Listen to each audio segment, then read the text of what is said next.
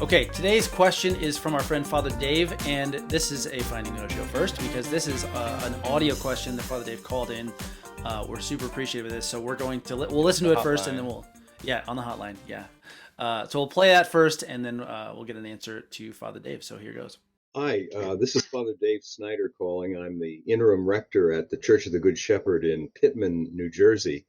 And I watched the podcast Finding the 82% on Monday. It was excellent, outstanding. And it stimulated and encouraged me to do a survey of our Flocknote congregation. We have 192 people signed up for Flocknote.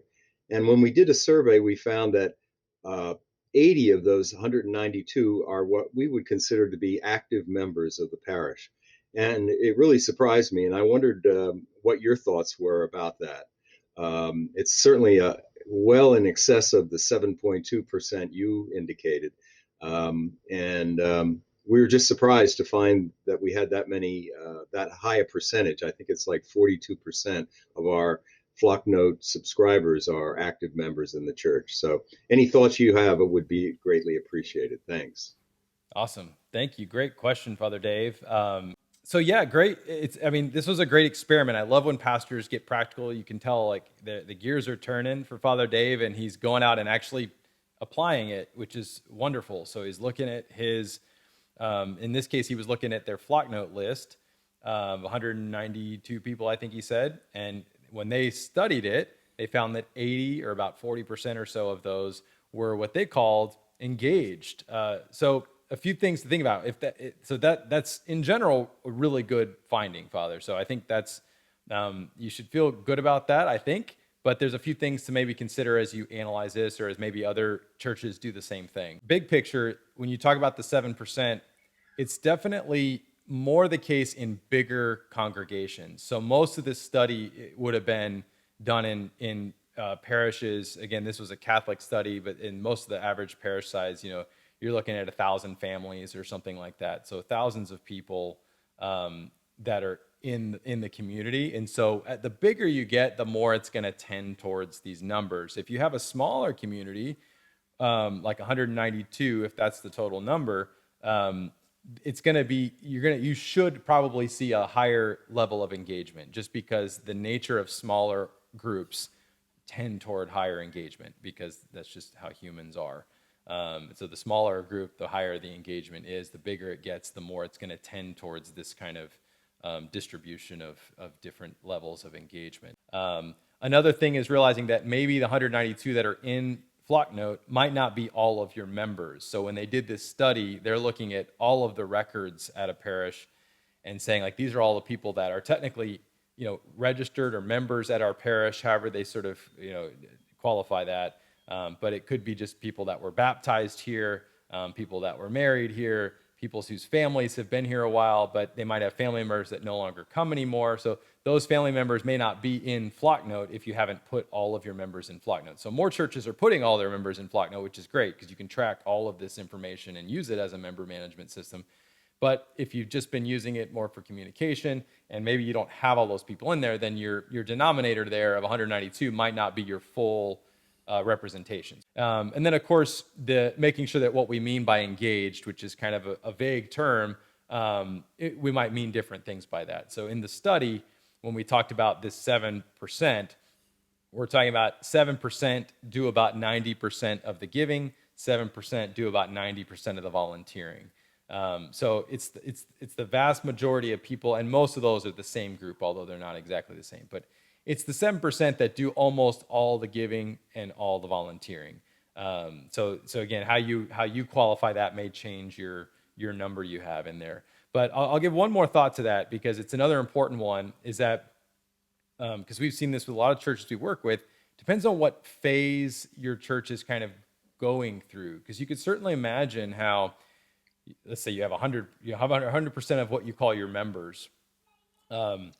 And then you have and this kind of goes back to that denominator question of the 192, or what's the count of your total members, and how you qualify that. Because as a church, so the early phases of this sort of this beginning of this skew where you have more people engaged and more people and less, so more people getting less engaged, the 82% that are drifting out of the church.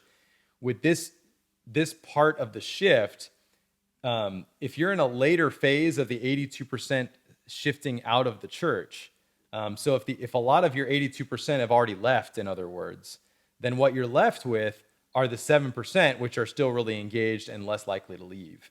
And so it depends on, in other words, it depends on how many of your 82% are still coming or not. So if you have a lot of your 82% already gone, and maybe you're not counting them anymore as part of your community, then having a higher percentage of engaged people might just mean that you've already had a lot of the less engaged people leave. But that's not what we want, of course. We want more of the less engaged people to come back in. So that's just another thought, is where are you at in the life cycle of this shift? If you're in the later stages where a lot of the 82% have shifted out, then that's going to make your percentage of engaged people go up if you're no longer counting those people as part of your community. I would think one key I would look at, and of course it depends on where you're at and what the demographics are in your particular community, but one thing I would look at is what's your age distribution, to know if which part of the phase are you in, or how are we doing overall. Because a lot of churches, it's a disproportionate number of young people and members' children no longer coming and attending anymore. And so what you have, of course, is a skew toward the older population. So you could look at, one trick I do is just look at, if you look at the population of your church and compare its demographics to, you can use the U.S. general population. It's about the same everywhere, but it actually works out pretty evenly, where if you look at, so one trick, when you on Sunday, have somebody count 20 people go through the door. You can, of course, expand this or do it multiple times or do it on 100 people if you want, but count 20 people going through the door. You should have 5 people who are under 20 years old. Of those 20, you should have 5 people who are between 20 and 40. You should have 5 people who are between 40 and 60, and you should have 5 people who are over 60.